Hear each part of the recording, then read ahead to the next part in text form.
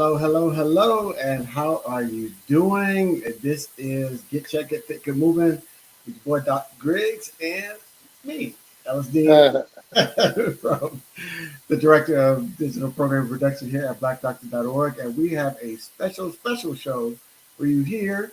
We got the memo. We got our Hey Kool-Aid on. yeah, hey Kool-Aid. So, but we can't start our show without This is Doc Griggs our here with the free team. agents. Trying to encourage you to get out, get checked, get fit, get moving. Good move. There's only one way to do it. The only way we know how in New Orleans. We hot, we skip, and we like to do something. It doesn't matter what you do. So we're going to do something, and today's show is going to be really special because today, as we all know, it's February 14th, which is commonly referred to as Valentine's Day. And so we know this is a big day for couples, partners to go, to share, show, and share their love. And so, And we're going to take an attempt to do exactly what men do. We're going to do what we do best. We're going to attempt to mansplain something that we fail at horribly every day, but we're going to try. exactly. And so, a couple of things we want you to do at the beginning of this program. Number one, let us know where you're watching from. We like to know when people are watching us from all over. So we see folks already checking in. Colleen from Haiti, Alabama. Shout out to you. I see you, Jessica. Hey, how you doing? Hey, Jessica. So we're going to go. That's number one. Let us know where you're watching from. Number two, if you know somebody that needs this information, please tag and share it on your page. We want to get as many people to watch this program as possible and give them valuable information. So tag and share it on your page. And then finally, if you have any questions or if you have any comments, because we're going to be mansplaining love tonight. So that's what we're talking about is mansplaining love. But we're going to talk about it just from a male perspective and how we kind of engage in these situations in totality as well as individually. And so we're going to have a great show. And so it might be a little explosive. I don't think it's going to be too explosive. It's going to be something you probably already knew. But you just your mind's telling you something that your heart is not telling you. So, Doc, what do you think about mansplaining love? So I think this is the most comedic show that I've ever done. Yeah. Again, as a guy who has gotten it wrong or interpreted something the wrong way or tried and failed miserably, but it wasn't for the lack of intent. I think it's a good thing to talk about. We talk about so many other things that are bad. It's good to focus on something that, hey, happy Valentine's Day, Colleen. Something that we all, whether we want to participate in or not, we're wearing red shirts. Yeah. Well, I'll say right off the bat, I have not celebrated Valentine's Day in over 30 years. So Wow. See y'all. See. Something we know absolutely nothing about, but we're gonna explain it to you. We're gonna mansplain it to you. yeah, and it was something. It was a decision I made when I was in college. Just kind of dated myself, but I made a decision in college, and it was like one of those aha moments that you see in the movies where something like the lead character finds clarity, and I found myself standing in one of those areas that they create in the local store, and it was men looking confused, men looking agitated, men uh, looking frantic, um, grabbing bears and grabbing flowers and grabbing candy and all this stuff and roses and looking at their watch because they probably had dinner reservations and were late picking somebody up and it was just really this kind of woman. And I said, if I don't do anything, would this change the way I feel about the person around me? So what's interesting is I'm glad you bring it up, and that's a great way to start because you realize that Valentine's Day isn't necessarily love. I was just thinking about it. Somebody, some kid, somewhere, if not multiples, got their heart broken today because they didn't get given a Valentine's Day gift. Someone intentionally didn't give them a Valentine's Day gift. I guess nowadays they would call it bullying, but back in the day that was just the luck of the bad luck of the draw to be the kid. And I remember as a kid, I always made it a point to make sure that those kids got Valentine's. Like everyone gets everything. So it's one of those. That Valentine's Day does not necessarily mean love. I'll say that, particularly black love. How about that?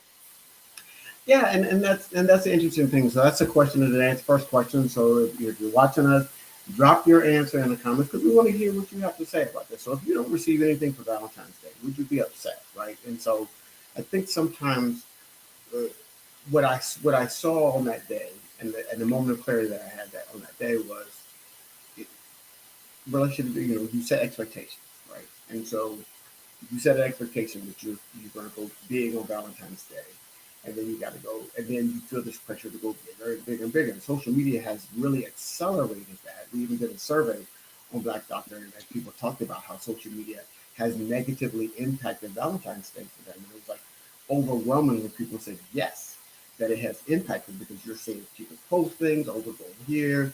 They're doing the private jet, oh, we're going helicopter rides and all this other stuff, getting engaged, and it really has become. It felt like it was becoming a show, right? Yeah. It didn't change. It didn't increase my feelings for the person I was with. It didn't decrease my feelings for the person I'm with. It created more anxiety and stress in me because I was trying to do this thing for the person, and I just said no. I'm not going to do it anymore. And I stopped it on that day, and I went in and to the credit of the person I was with at that time, to the credit of the person that I'm with right now, um, when I set it up front when we first started dating, I said I don't do Valentine's Day. Thought I was playing. They typically thought I was, Right. and then they say, "Oh, you were serious." But Valentine's Day came and went, and it wasn't nothing changed at home, but it was like when they would go out and the girlfriend would say, "Oh, he got me this, he got me that, he got the other," and then they go to work. Oh, Mhm. what did Ellis do for you for Valentine's Day? And she's like, "Nothing. He doesn't celebrate." And they go, "What?" And it's like this moment, and it's like clutch my pearl. But no, it's not, Yeah. Right. not that big of a deal. Yeah. Well, again, if you show it all year long, it doesn't have to be accentuated with a day. It's nothing wrong with being as nice as you usually are. Not judging those that really want to recognize and celebrate it. I know some folks that just love Valentine's Day just because they do. It's their holiday that they like. But again, it does not. This does not. It should not be the litmus test for your love. Does that make sense? Absolutely, it makes perfect sense to me, and I see a couple of the answers to our question is no, and they're both. It seems like they're both for men. Right. So, Right. Right. Right. but we've been conditioned as men not to really expect too much from our partner on Valentine's Day. It feels like Well, it's not just Valentine's Day. We get the fuzzy end of the lollipop on most days, like Christmas. The only time you might get something cool is your birthday. Christmas, maybe, but then Father's Day is a bunch of socks um, and cool stuff. I mean, it's all of it is in the spirit of giving. Now, if Valentine's Day is what prompts you to the spirit of giving to get your endorphins, your dopamine, and keeps you happy with your serotonin, then I'm all for it. Being nice to other people, doing nice things for other people, but for the sake of a holiday, you're spending $50 on flowers that are tomorrow going to cost $10. mhm. Just yeah, it's not the most financially sound decision, but it is what it is. There are a lot of people out there, men and women, that love it, and I don't knock them. I'm all for it. Hey, let's Look, party, but it's just not, yeah, not the happiest person about that day. and I think you make a great point. So for the record, I'm not telling anybody not to celebrate Valentine's Day.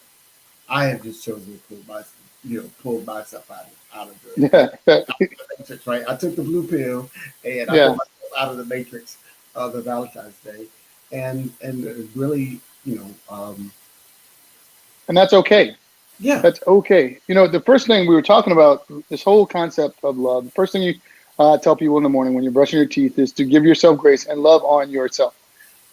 Depending on your definition and expression of love, as long as you let everyone around you know that this is your expression, it shouldn't be that bad as long as they understand that there's love coming, but it's not in a box on today.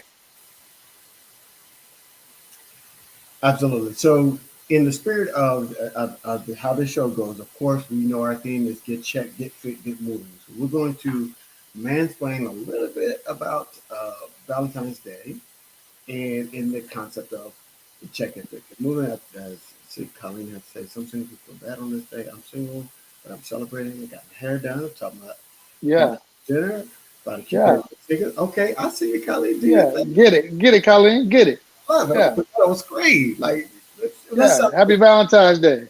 Yes, let's celebrate you, right? And so you celebrate how you want to or not, right? And so it really is more of a choice. And I know sometimes we get into societal norms, and that's really what I was like, okay, I got to break that, because expectations and relationships can survive and thrive on expectations because there's really a series of expectations that come in when you get into a relationship, and it's really about, okay, how much of those expectations are you living up to, and how many are you not meeting. Valentine's Day is kind of like it's like that option. Like you go and you buy something and say, you want to get this. Like for me, that's how I'm saying. That's how I'm saying. This is not reflect Black Doctor. Not all. You want like? Do you want heated seats? You You want know, Sirius XM radio or yeah? Okay, got it. It's I don't options. need TVs all up in the headrest. I'm good. And so one less expectation, right? And the expectation is really about, it's a series of negotiations. You negotiate your expectations. You should have the conversation as you get in a relationship. And you say, okay, here's some things that I expect. Here are my deal breakers. And Valentine's Day wasn't a deal breaker. So, maybe I chose wisely. That way. So and then there are all the theories behind Valentine's Day and why it started. I mean, we're talking about Black love. We're usually talking specifically of Black love because Black love traditionally has been different than the United States. Since we were brought here, Middle Passage, a lot of times that ripped away from those that we love, and then having to start from scratch only to the moment you might develop feelings for your family unit to be ripped apart and pulled apart again. Black love it's a you can't put it in a box. It's a lot different, and it has been the last 400 years for us. It's complex and layered, and right. And so I would say, just from a male perspective, when we're talking about our history in this country, you got to think about how many couples that were together got ripped apart. One got sold off for a variety of reasons, and so there is that fracturing of intact family units that has happened to us historically. When we fast forward that, we see that it plays out in many different ways. And then you have these stereotypes of hypersexuality among Yeah. about black men. And Yep. so black men said, oh, well, you're a black man, so you obviously can't just be, celibate or, faithful or anything like that because you are inherently hypersexual. That's part of the narrative they created around black men when we were in enslavement. And so that stereotype has kind of that narrative has moved forward, and you know some black men play on it and use it, play it up, and usually it's an ego kind of. We try to turn it on its head, much like the N word and other things that we have done to turn on its head.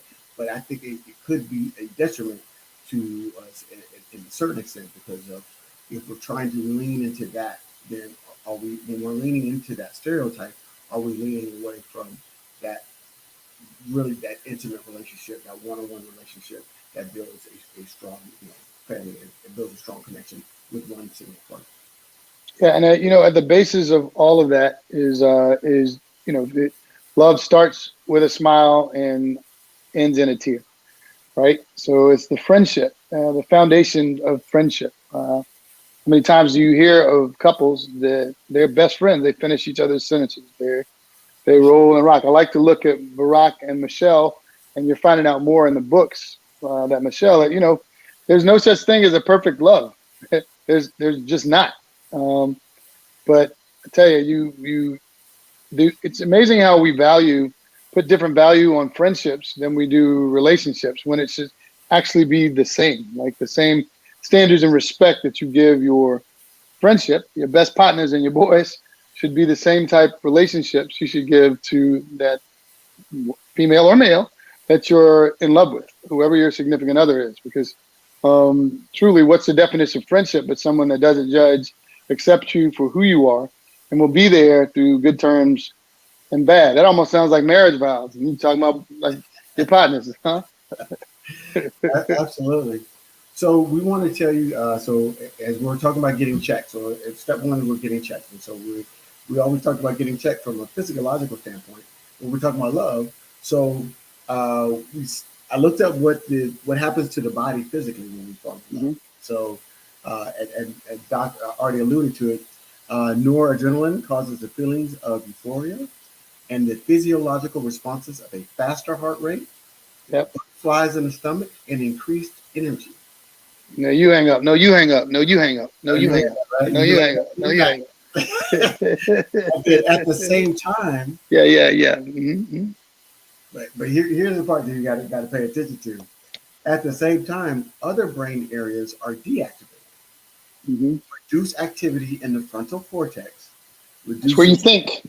reduces negative emotion and judgment. And so that's why we get that feeling of euphoria. We say they walk on water. My mom would say, "Oh, you got the rose-colored lenses on," and that feeling, whatever. When that person could do no wrong when you first get into that love state, and it lasts. I think sociologically, I think they said it lasts anywhere from 6 to 9 months, and Yeah. then you settle into that kind of more loving, Honeymoon brain. right? Yeah. Right, the honeymoon effect. You hear that a lot of times. It's like you get together, like, oh, they doing wrong, and then you talk to that same couple 2 years later, and he's like, he's always dropping his drawers on the floor, right? And so Yeah. Yeah. Yeah. Yeah. that part wears off.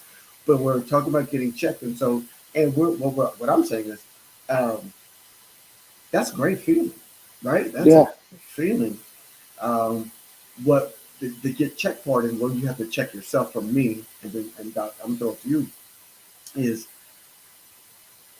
the expectation that that initial feeling is going to last forever, right? And Yeah. we're going to feel that same euphoria. We're going to feel that same energy. We're going to feel that same. And so when that feeling does start to wane, we tend to equate that with the relationship going bad, and it's not. It's evolving into this next phase, and so we've got to be prepared for that, and we've got to understand that that's what's happening. Not that you're falling out of love. That love is just evolving into a different state, into like that long term. Like when you get on the highway, you're accelerating everything. You're going through. You find your way traveling. You get on the highway. You put it on cruise control. That's where your body love shifts to that cruise control, and you have it at a right steady speed. Doc, what are your Yeah. thoughts? No, I'm absolutely with you, which is why it's important at the very, and there are a lot of people, men and women, that exploit this phase. It's always, instead of your best representative, just need to be your best self at the beginning. Um, and the negotiation to improve can happen along the way, as opposed to presenting this filter facade, this catfish filter facade, because you can make people fall in love with something that, and then a lot of people do it intentionally. Make people fall in love with something exactly they are not. So again, you want to check in with yourself to make Yeah, sure you're best representing yourself, knowing that this is a phase, this is a marathon, not a sprint. absolutely. And the article that I'm reading from also says while you might be feeling less judgment, there's also increased cortisol. We talked about that. Uh-oh. Stress and feelings of insecurity in the early phases of falling in love.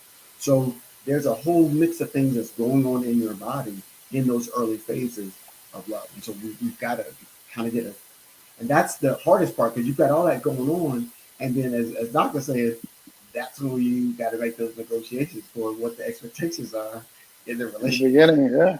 Because at the beginning, you're talking about cortisol. Cortisol, that should sound familiar to those that tune in. We talk about cortisol living in stress. It's stress soup. Cortisol is the one that simplifies your decision making. And we've all done this before. If you ever ghosted or been ghosted, you know what? I'm going to fight or fly because this makes no sense. The emotion is there.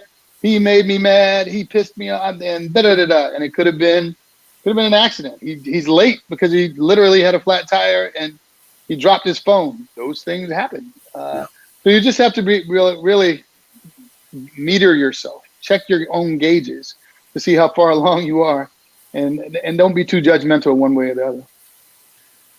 absolutely. And social media has made that even worse because, oh, you didn't like my photo, or you didn't, Oh, yeah. So there's all these little nuances that come from social media, or we just took that picture. Why did you post it? Why did you tag me? Or what? So there's all of these extra things that get brought into it, and we're already at a point where judgment is down, stress levels are up, hormones are flying around, and that could cause really kind of big swings in our emotional state. So when we're talking about getting checked, we got to check, how, almost like that self awareness check. How are you feeling in the moment? And is this feeling temporary, right? Is it feeling of anxiety? Is it feeling of anger, regret, frustration? Is that temporary? Is it caused by those butterflies that we have in the stomach about this person? So they didn't call me right away. What's going on? All of that anxiety, is that caused by the wave of emotion, or is that something that's really kind of a red flag? And on the other side of it, make sure you do that background check. Go through social media accounts, check all of them to make sure that you don't get hoodwinked or bamboozled, and that you can really rely on your frontal lobe to help you slow you down. Be like, hold on, wait, now something isn't adding up, so you can know when to actually use your cortisol and epinephrine and get out of there. Yeah. That is true. That is true. All right, Doc, talk to us about getting fit. So we talked about getting checked. Check yourself. Check your awareness. Check your expectations. Get fit. So getting fit talks about moving in. What we were talking about just now was moving into the next phase of love, the real phase of love. The lens glasses are up, the honeymoon's there, and now you're getting it like you're speeding it on the highway.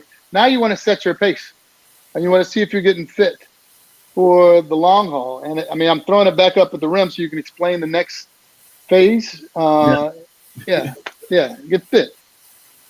So this is the next phase, which is the initial phase of falling in love, and intense infatuation lasts for several months, as we already talked about, 6 to 9 months. During the next phase, there is increased intimacy, commitment, and attachment.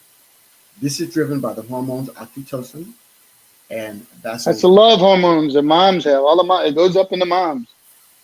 Oxytocin helps us feel safe and secure after the initial high cortisol and stress of the uncertainty and risk of falling in love. Vasopressin promotes behaviors of vigilance and being territorial and self-protective. Vasopressin, if you want to remember it, vasopressin, oxytocin makes you hug, vasopressin makes you pee. If you can imagine peeing around your territory, a dog marking its territory, you're moving in now. You're on the highway. You're moving in and be like, oh, I really like her. I really like him. So let's see if we can make this thing work. But wait, hold on. Let everybody know this one's mine. And right. That's where this starts to kick in. Right. So you get that. It says between oxytocin and vasopressin, there's a balance of connecting with others while also protecting the person you are in love with and yourself. So you're right. You start to stake that territory, put that fence. Okay, cool. We're settling in, but any other dogs come sniffing around. This is my yard. Back up now. Hey, player. No, right. So that's really it. So we're shifting into that really that cruise control, that love. But we're still. I heard a good analogy one time. I was in business school, and they talked to one of the president of Wrigley. I remember Wrigley, the gum company, came to speak at school, and he said, somebody asked him a question. He said, well, you're the number one, candy manufacturer. You've got so much market share. Why are you so advertising? So back in the day, you used to see those commercials, kiss a little bit longer, a little bit longer. Had the little jingles, right? And you had the jingle for Juice Fruit, the jingle for Big Red, and all this other stuff. It was all Wrigley. And he said, once the plane's off the ground, the pilot still continues to fly. And you have to look at your relationship with that same respect. Once you get the love and you establish and you've gotten your expectations set, and you start setting that fence around and building your fence, you still have to do the things. You still have to do the things to stay romantic, to stay connected to your partner. You can't just go full into cruise control. You take your hands off the wheel, you stop flying the plane. You have to continue to do those things, continue to have those date nights, continue to do romantic dinners and things of that nature to keep the freshness in that relationship. Otherwise that fence, you still got to pay the fence even when you build it. You still got to pay them to keep it up. Well, the big thing is you never want to get comfortable, and that's in anything in life. Never get too comfortable in your success. If you're successful due to your body of work, keep working if you want to stay successful. Because you never know what heights that'll carry you to, but you also know if you keep working, you won't ever be without.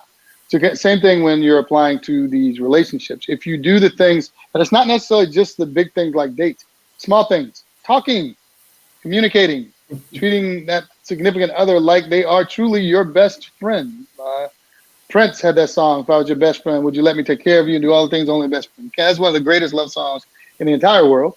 Would you let me? They were just asking. He was just asking to do things that her best girlfriend could do. He wanted to be that close, and that's what you.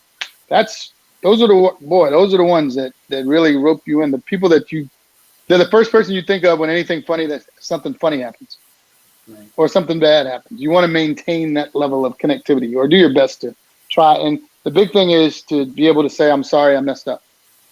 Right. I heard you. I'm sorry, I messed up." I'm with you, right? That getting checked is that self awareness, and really, if you really care about that person, and that the connection is genuine, you'll feel okay. You won't feel like you're giving up something by apologizing. You won't feel like you're there's a score. There's not a scorecard where they did this and you do that. You're not pulling out the scorecard. What you're really trying to do is maintain the relationship, and accepting when you did something wrong, and then being able to forgive your partner if they do something that does. And we got to be able to voice it, right? You got to be able to say, Gotta voice it. you got to voice it. You can't walk around mad, holding in, and then expecting them to understand if they hurt your feelings. If they did it, especially if they did it unintentionally, then you walk around mad because they were just supposed to know. Those types of assumptions can lead to the demise of a really good relationship. And then that kind of brings us to the most powerful portion of it. You get checked. You keep it. You get checked. Check him or her out. You check yourself.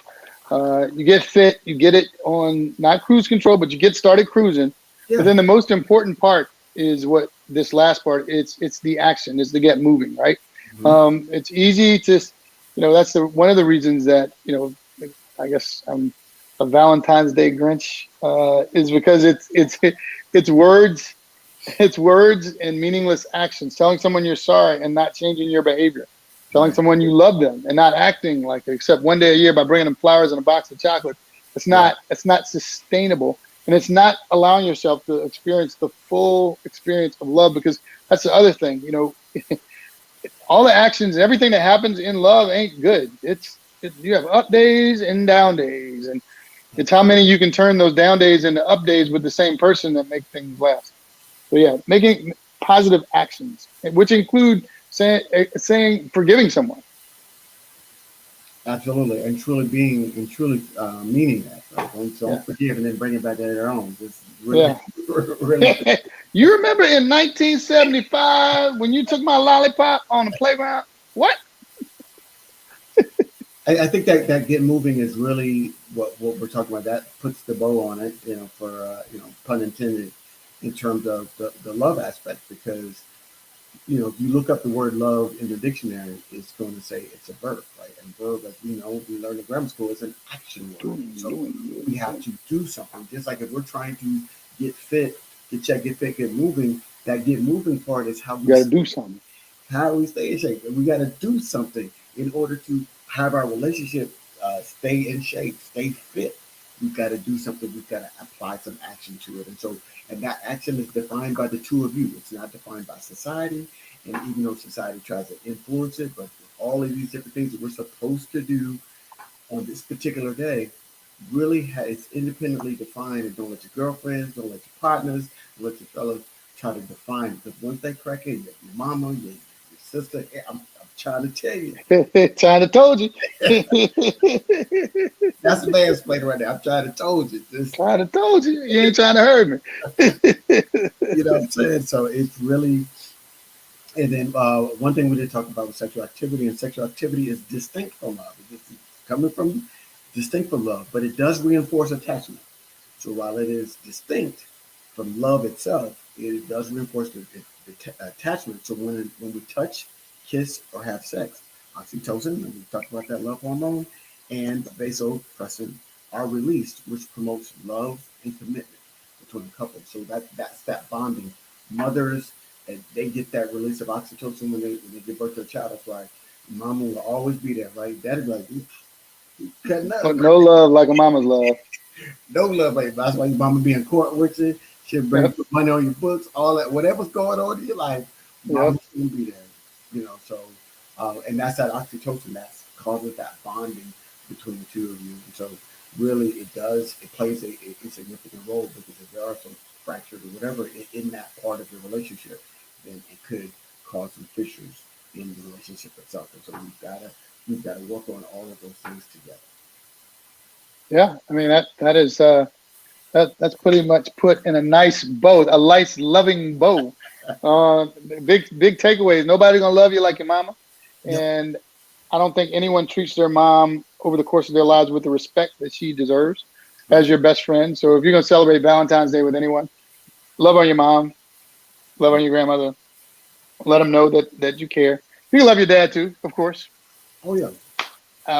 Some dads might be into it, maybe. Uh, but the deal is just consistency, doing your litmus test, understanding that you need to do your background checks on you and the person that you are falling in serious like with. And then once you get on the road, on the cruise control, understand that you still have to drive the car. And then turning your words into actions, consistent actions. And that's what leads to long-term relationships and long-term love. Oh, Right. And just I would say that the formula that worked for me in my current relationship is I didn't have a plan B. Right. We got together, and and I hear a lot of younger people who say now, oh well, if this doesn't work out, I can. And if you walk in with a plan B, if you walk in with that as an option, there might be some bumps. There might be something where you feel like, oh, I could just use this option versus not having a plan B. You got to commit. You got to lean in, right? And so yeah. those are the things. I mean, if I gave any advice, that would be that. So there's an old war adage that says if you want to take the island, burn the boats. I summed it up. Yeah, burn the boats. That's about sums it up. But Colleen, I love that she said I'm totally in the background checks. Yes, she's paid for two Yes. checks on these folks. Look, And those are the two she paid for, not the ones see a girl. Look this up. What you look? See what you can find. The yeah, free ones are a beast. look, I tell you, get the free one, and if you want to know how to do it, just watch a couple of episodes of Catfish. Oh, They, absolutely. they so good. Like you can take some notes on watching that show. That Wait, hold on. and then they start running. They put running names and oh man. So you think you catfish somebody, they will find you. They will find Rather it. than student loan folks, IRS, catfish folks up what? Okay, Yeah, they find folks. They check your social. I mean, it's too much it's information. It's too much. surprising. Yeah, Yeah, you put somebody's name in, a whole lot's gonna pop up, and so and old pictures they think they deleted might still pop up on a Google search. So yeah. Look up. What was the first one back in the day? What was that one? Before Twitter, before Facebook, before any of it. MySpace, MySpace, MySpace. There it is. yeah, Oh, come back and bite you. yeah. And then now all these dating sites too. So you might meet somebody, if y'all met organically, look for them on those dating sites. Plenty of fish, black Oh people, man, all this other stuff, Hinge, Hinge, Bumble. Tinder, all of that, right? Seems like I'm finding out a new one every day. So that, I mean, again, this was a good show to talk about, but it's evolving. The concept of dating, which I know nothing about, and this whole tech love deal it's strange to me. It's way different. It's above my head. I think it's eroded personal contact, and I think people get really they go too quick now because social media now becomes a reflection of their love, right? And Yeah. that's where it becomes problematic. It really should be about what's happening between the two of you. With some, I mean, always take care of yourself. Don't just listen to everything that he or she says to you because that can, Yeah. people have lives. So let's call it what it is. Yeah, call it what it is. Yeah. We see that people lie. So Yeah, they can make an iron look like a yacht on the right background. Sure can. they made a whole song called "Wasn't Me," right? It's Yep. Shaggy. Right? so Right.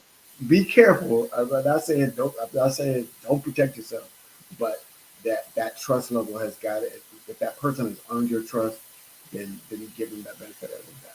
And so because it makes just walking around with that nasty gut feeling is not going to help your physical health, and it's not Won't help you at all. It's not going to help the relationship. Man, like it's feeling Yeah. happy. It's the love though. It's the To the moon. So you know how to do that. Ooh, Can you walk boy, through that was really you well? got out of that one. okay. So check again. And everybody knows how to just do it. Or do something. Boy, because that was and it's a good one to talk about again another time. When it's coming. Ooh.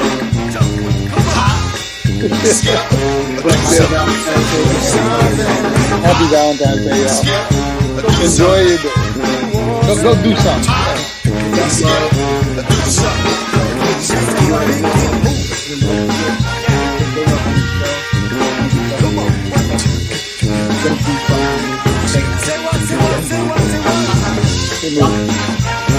Take care, y'all.